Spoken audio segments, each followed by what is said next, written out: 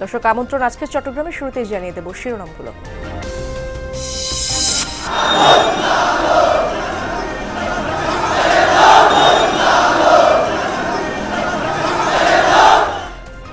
চট্টগ্রাম বন্দর টার্মিনালের দায়িত্বে বিদেশি কোম্পানিকে দেওয়ার সিদ্ধান্তে বিক্ষোভ, পুলিশের বাধা, কঠোর কর্মসূচির হুঁশিয়ারি শ্রমিক কর্মচারী ঐক্য পরিষদের। পুলিশ আমাদেরকে বাধা দিতে, আমরা আইনের প্রতি শ্রদ্ধাশীল হয়ে এখানে আমাদের কর্মসূচি শেষ করছি। কোন বিদেশি হাতে এই বন্দর তুলে দিতে দিব না। বন্দর 18 কোটি জনগণের, বন্দর ডক শ্রমিকদের। চট্টগ্রাম মেডিকেলে পুলিশি হেফাজত থেকে আসামি ছিনিয়ে নেয়ার ঘটনায় গ্রেপ্তার 7, চুরি ছিনতাই সহ একাধিক মামলার আসামি সবাই। 36 বছর ধরে নির্বাচন হয় না রাঙামাটি, খাগড়াছড়ি, বান্দরবান জেলা পরিষদে। দলীয়ভাবে মনোনীতদের স্বেচ্ছাচারিতায় পরিণত হয়েছে অনিয়ম দুর্নীতির আখড়ায়।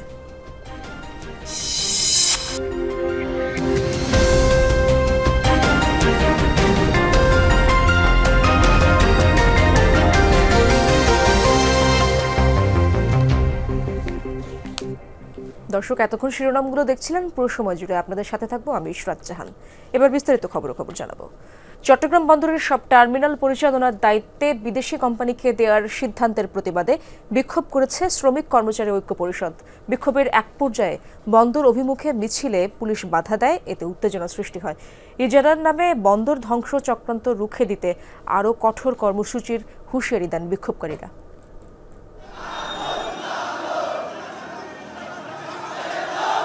নগরীর আগ্রাবাদে প্রতিবাদ সমাবেশ শেষে শ্রমিক কর্মচারীরা মিছিল নিয়ে চট্টগ্রাম বন্দর অভিমুখে যাত্রা করলে টিএনটি অফিসের সামনে বাধা দেয় পুলিশ। এ সময় উভয় পক্ষের বাকবিতণ্ডায় উত্তেজনা সৃষ্টি হয়। পুলিশ আমাদেরকে বাধা দিতে, আমরা আইনের প্রতি শ্রদ্ধাশীল হয়ে এখানে আমাদের কর্মসূচি শেষ করছি। ইনশাআল্লাহ আমরা আশা করি সরকার উদয় হবে। বন্দর কেন্দ্রে কোনো প্রকার কোনো মিছিল, মিটিং, র্যালি কিছুই করা যাবে না। সুতরাং আমার ডাবলমণি থানা থেকে তারা ওখানে বন্দর অভিমুখে যেতে চাইছিল। আমি পথের মধ্যে তাদের প্রতিবাদ শেষ করে এখানে তাদেরকে শেষ করে দিচ্ছি। এর আগে বিদেশি কোম্পানির হাতে চট্টগ্রাম বন্দরের এনসিটি ইজারা দেওয়ার প্রতিবাদে বাদামতল মোড়ে প্রতিবাদ সমাবেশ করে শ্রমিক কর্মচারী ঐক্য পরিষদ। বন্দর লাভজনক হওয়ার পরও ইজারা দেয়া এবং সব ধরনের সেবার ক্ষেত্রে অতিরিক্ত ট্যারিফ বৃদ্ধির পেছনে ষড়যন্ত্র আছে বলে মন্তব্য করেন আন্দোলনকারীরা। বন্দর কর্তৃপক্ষ এবং সরকার দেশের এবং দেশের জনগণের বিরুদ্ধে এই ষড়যন্ত্র করে ট্যারিফ বৃদ্ধি করেছে। এই ট্যারিফের কারণে দেশের জনগণের সবার মাথার উপরে একটা বড় ধরনের বোঝা আসতেছে। বাংলাদেশের বন্দরকে কারোর কাছে ইজারা দেওয়া যাবে না। এই ইজারা দিতে গেলে আমরা জীবন দেওয়া হলেও আমাদের এই চট্টগ্রাম বন্দরকে রক্ষা করব। আসেন আপনারা সকলে মিলে এই চট্টগ্রাম বন্দরকে রক্ষা করি, সেই মাফিয়াদের কবল থেকে বন্দরকে রক্ষা করি। চট্টগ্রামের সকল শ্রেণী-পেশার শ্রমিক এবং সর্বস্তরের জনসাধারণকে নিয়ে আমরা আরো বৃহত্তর কর্মসূচি ঘোষণা করব। মিছিল সমাবেশ স্থগিত করেছেন, আমরা এগুলোতে ভয় পাই না। এনসিটি, পিসিটি, বে টার্মিনাল সহ বন্দরের স্থাপনা বিদেশি কোম্পানিকে দেওয়ার সিদ্ধান্ত থেকে সরে না আসলে আরো কঠোর আন্দোলনের হুঁশিয়ারি দেন পরিষদ নেতারা।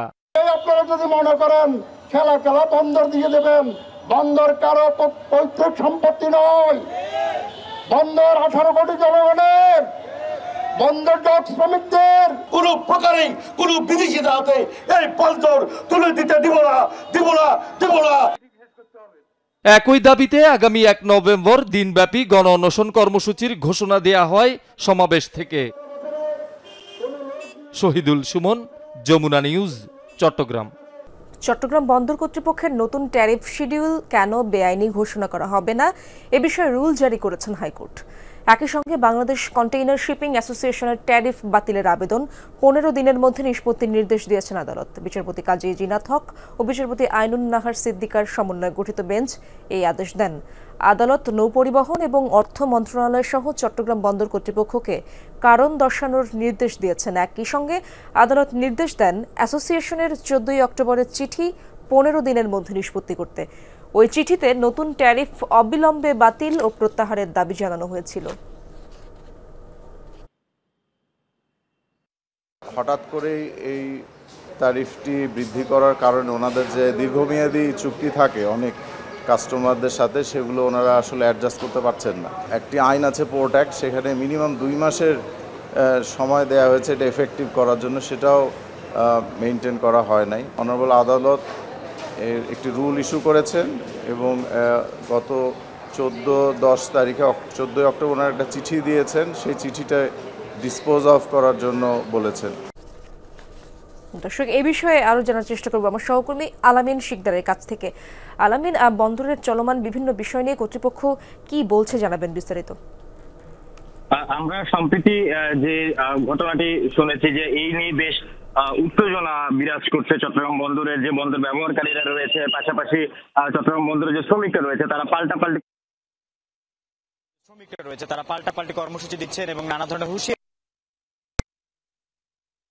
তারা সেসব ব্যবসায়ীরা কিন্তু 41% যে ট্যারিফ বৃদ্ধি, সেই ট্যারিফ বৃদ্ধি দ্রুত সেটা সেই বিষয়ে সরকারের হস্তক্ষেপ কামনা করেছেন। এটা যদি কমানো না হয় সেক্ষেত্রে তারা বন্দর বন্ধ করার মতো একটি হুঁশিয়ারিও কিন্তু তারা দিয়েছেন। পাশাপাশি আমরা আজকে দেখেছি যে শ্রমিক যারা রয়েছেন, কর্মকর্তা এবং শ্রমিক কর্মচারীরা যারা রয়েছেন তারাও কিন্তু আজকে আন্দোলন করেছে এবং তাদের যে মূল দাবিটা, তারা বলছেন যে চট্টগ্রাম বন্দর লাভজনক অবস্থায় রয়েছে, তারপরেও কেন বিদেশি প্রতিষ্ঠানের কাছে এই বন্দরকে তুলে দিতে হবে।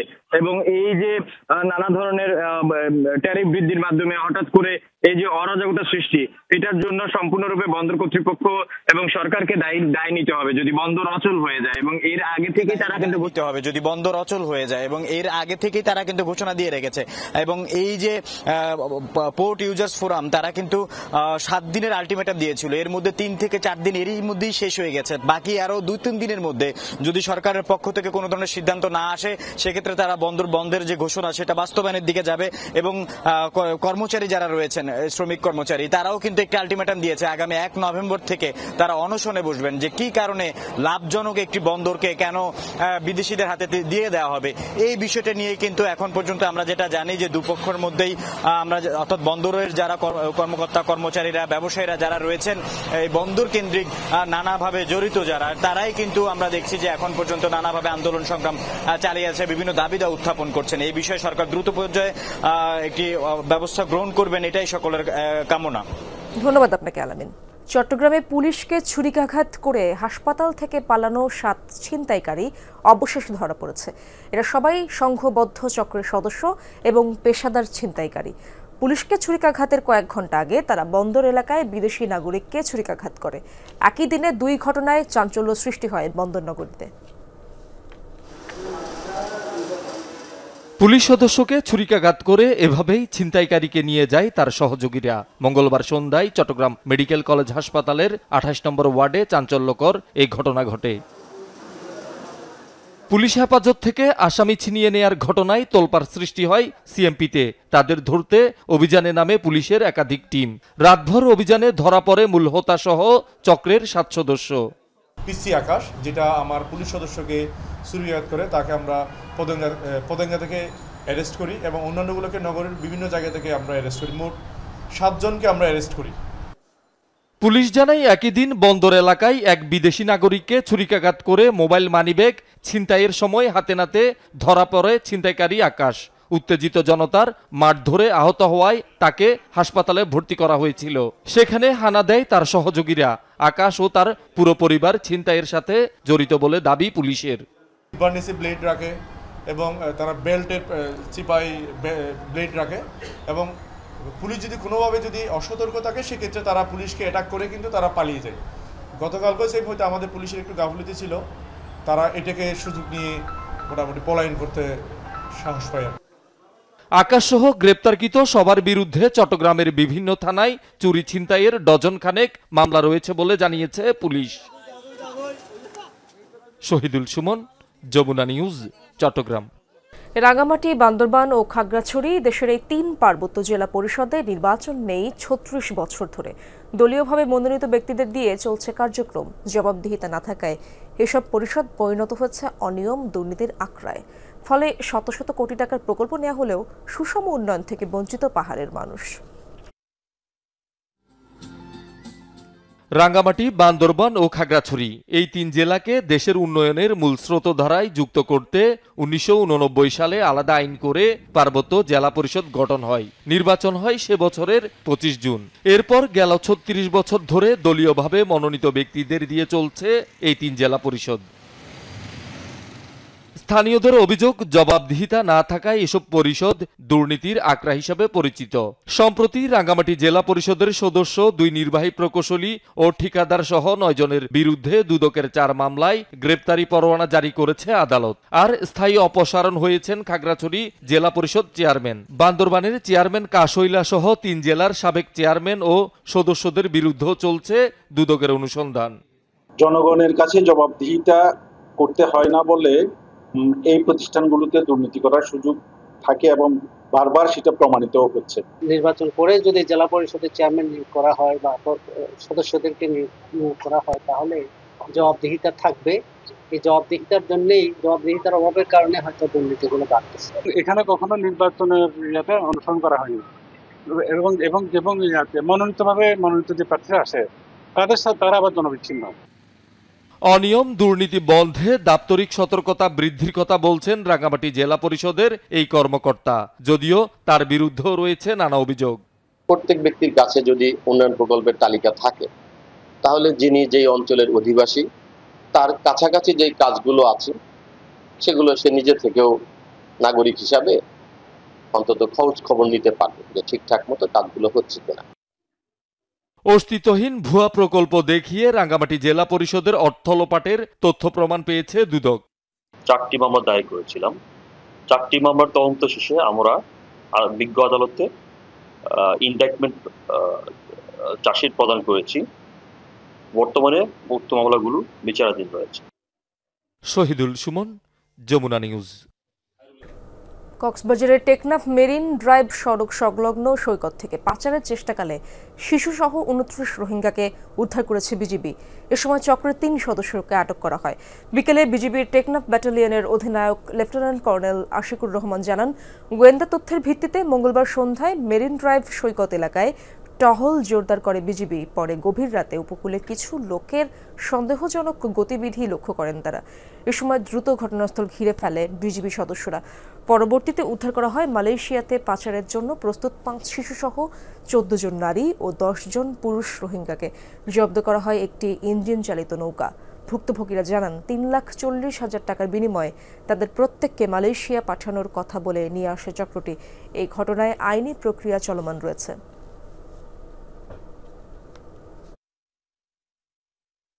পাচারের প্রাককালে আমরা অভিযান পরিচালনা করে 3 জন আসামি, একটি দেশীয় অস্ত্র সহ আটক করেছি এবং 29 জন ভুক্তভোগীকে উদ্ধার করতে সমর্থ হয়েছি।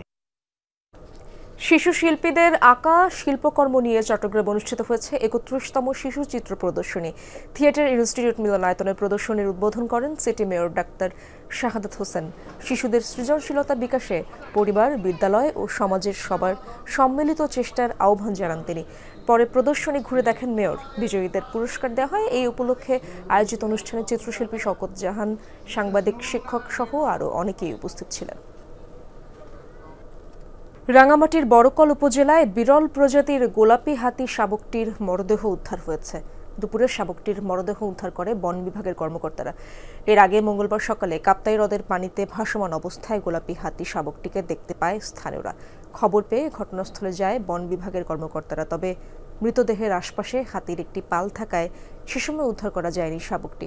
প্রাথমিকভাবে ধারণা করা হচ্ছে পাহাড় থেকে পা পিছলে পড়ে হ্রদে ডুবে মৃত্যু হয়েছে হাতির শাবকটির। ভেটেরিনারি সার্জন দিয়ে শাবকটির ময়নাতদন্ত করা হবে বলে জানিয়েছেন বন কর্মকর্তারা। গত জুনে কাপ্তাই হ্রদে সাঁতরে যাওয়ার সময় প্রথমবার ভিডিও চিত্রে ধরা পড়ে এই গোলাপি বন্য হাতির শাবকটির। নানা কর্মসূচির মধ্য দিয়ে চট্টগ্রামে পালিত হয়েছে জাতীয় নিরাপদ সড়ক দিবস। এই উপলক্ষে বিআরটিএ, জেলা প্রশাসন এবং সড়ক জনপথ অধিদপ্তরের উদ্যোগে শোভাযাত্রা, আলোচনা সভা ও সচেতনতামূলক কর্মসূচি অনুষ্ঠিত হয়। সভায় সম্প্রতি মোটরসাইকেল দুর্ঘটনা বেড়ে যাওয়ায় উদ্বেগ প্রকাশ করেন বক্তারা। পরে চট্টগ্রাম জেলায় সড়ক দুর্ঘটনায় আহত নিহত 9 জনের পরিবারকে 39 লাখ টাকা ক্ষতিপূরণ প্রদান এবং 15 জন চালককে বিনামূল্যে হেলমেট দেওয়া হয়। এদিকে জাতীয় নিরাপদ সড়ক দিবস উপলক্ষে রাঙামাটিতে বর্ণাঢ্য র্যালি ও আলোচনা সভা হয়েছে। সকালে হ্যাপিন মোড় এলাকা থেকে একটি বর্ণাঢ্য র্যালি বের হয়ে শহরের বিভিন্ন সড়ক প্রদক্ষিণ করে। পরে জেলা প্রশাসকের সম্মেলন কক্ষে আলোচনা সভা অনুষ্ঠিত হয়। বক্তারা বলেন, সড়ক দুর্ঘটনা রোধে চালক ও যাত্রী সহ সবাইকে ট্রাফিক আইন মেনে চলতে হবে। এছাড়া মানসম্মত হেলমেট ব্যবহার, নিরাপদ গতি ও প্রশিক্ষণ ভিত্তিক ড্রাইভিং ব্যবস্থার উপর গুরুত্ব আরোপ করেন তারা। পরে মোটরসাইকেল আরোহীদের মধ্যে হেলমেট বিতরণ করা হয়।